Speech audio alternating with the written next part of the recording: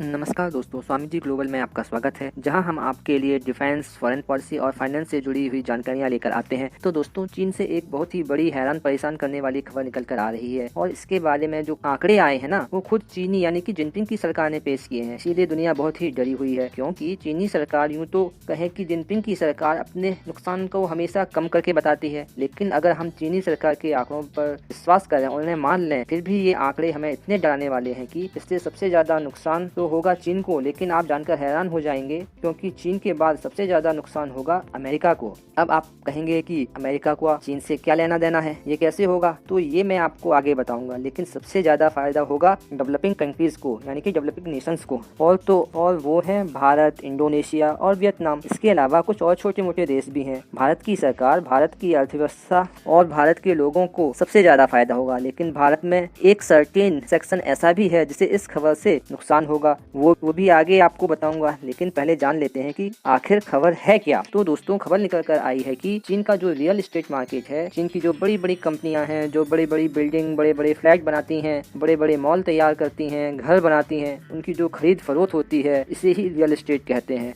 इस real estate market की वजह से ही चीन की जीडीपी पिछले 20 सालों से तेजी से बढ़ी है। आप जानकर आश्चर्यचकित हो जाओगे कि चीन ने अपनी जीडीपी बढ़ाने के लिए दर्जनों ऐसे शहर बना डाले हैं जहां कोई नहीं रहता है। उन्हें चीन की घोस्ट सिटी कहते हैं। यहाँ पर कोई आदमी नहीं रहता है और यहाँ पर शानदार बिल्डिंग्स, फ्लैट्स, मॉल खड़े हैं, लेकिन उनमें कोई रहने को तैयार नहीं है। वो तैयार किए गए थे जिससे आगे लोगों को रोजगार मिलेगा और चीन की जीडीपी बढ़ेगी। और अब इसी पर खबर ये आई है कि पहले साल के मुकाबले इस साल चीन की जो रियल एस्टेट डेवलपमेंट है वो -9% पर पहुंच गई है। ये चीन के लिए एक बहुत बड़ा झटका है, क्योंकि पिछली साल तो चीन की रियल एस्टेट डेवलपमेंट हो भी नहीं रही थी। यहाँ पर भारी मात्रा में लॉकडाउन लगाया हुआ था, कोरोना फैला हुआ था, इसलिए रियल एस्टेट डेवलपमेंट का नामो निशान नहीं था। उल्टे चीन का जो सबसे बड़ी रियल एस्टेट निर्माता कंपनी थी एवरग्रैंड, वो बैंकरप्ट हो चुकी थी। तो ऐसे में पिछले साल की तुलना में इस साल डेवलपमेंट पॉजिटिव हो जाना चाहिए था, तो ये पॉजिटिव ना होकर उल्टा इस साल -9% पर पहुंच गया है। इसलिए ये चीन के लिए एक बहुत बड़ा क्राइसिस है। ये सिर्फ यहीं तक सीमित नहीं है कि जो कमर्शियल रियल एस्टेट है, यानी कि ऐसी बिल्डिंग है जहाँ पर ऑफिस बनाए जाते हैं, दुकानें बनाई जाती हैं, बाजार बनाए जाते हैं, मॉल बनाए जाते हैं, उनका डेवलपमेंट -22.3% पर पहुंच गया है। और ये चीन के लिए बहुत ही ज्यादा डरा देने वाली खबर है, क्योंकि कमर्शियल बिल्डिंग की ग्रोथ कम हो रही है। ये चिंता की बात नहीं है। चिंता की बात ये है कि जब बिल्डिंग्स की ग्रोथ कम होती है तो इसका मतलब होता है कि कंपनियां नए नए ऑफिस नहीं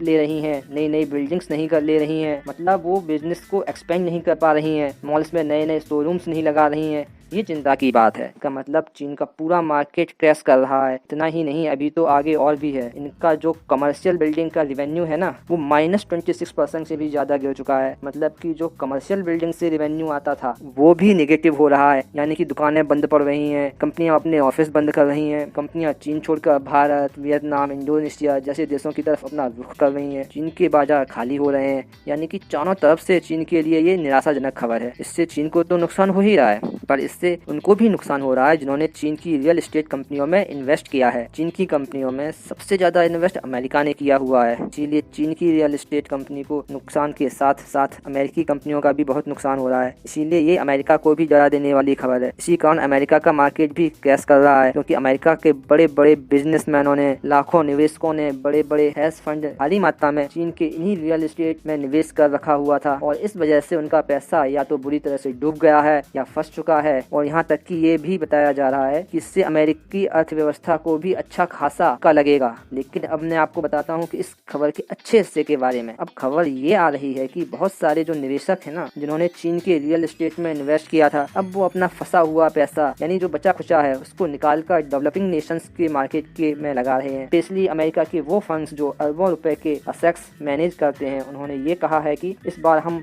वो गलती नहीं करेंगे जो चीन में की थी, यानी कि चीन का पैसा किसी एक मार्केट में नहीं लगाएंगे, बल्कि भारत, वियतनाम, इंडोनेशिया जैसे डेवलपिंग नेशंस में इन्वेस्ट करेंगे। हमारा टारगेट वो देश होंगे जो छोटे छोटे हैं और डेवलपिंग हैं, और उनमें जो मेन फोकस यानी मेन टारगेट होगा वो भारत होगा। इसका कारण आप स्क्रीन पर देख सकते हैं। भारत के अंदर इस साल Q1 में जो हाउसिंग प्राइस है, यानी कि घरों के भाव 3.5% से 4.5% सालाना के हिसाब से बढ़े हैं, यानी कि भारत का रियल एस्टेट मार्केट बहुत अच्छे तरीके से ग्रो कर रहा है। लेकिन अब हम बात करेंगे कि इससे भारत को कितना फायदा होगा और कितना नुकसान होगा। तो देखिए, फायदा तो होगा ये कि हमारी जीडीपी में 300 से 400 मिलियन डॉलर ऐड होंगे। हमारे यहाँ पर नई नई बिल्डिंग्स बनेंगी, नए नए घरों का निर्माण होगा, जिससे रोजगार मिलेगा, यानी हमारी जीडीपी को तो बहुत ही बड़ा बूस्ट मिलेगा। इसके अलावा उन लोगों का फायदा होगा जिनके पास घर है, फ्लैट है, किसी भी प्रकार की जमीन है, प्रॉपर्टी है, उनके दाम तो तेजी से बढ़ेंगे, जिसका फायदा उन लोगों को मिलेगा। लेकिन कुछ लोगों का नुकसान भी होगा, खास करके उन्हें जिनके पास किसी भी प्रकार का घर नहीं है, जमीन नहीं है, फ्लैट नहीं है, क्योंकि इन चीजों के दाम बढ़ेंगे तो इनके लिए वो लेना और भी ज्यादा मुश्किल हो जाएगा। लेकिन हाँ, इस नुकसान को भारत सरकार कंट्रोल कर सकती है। वो कैसे?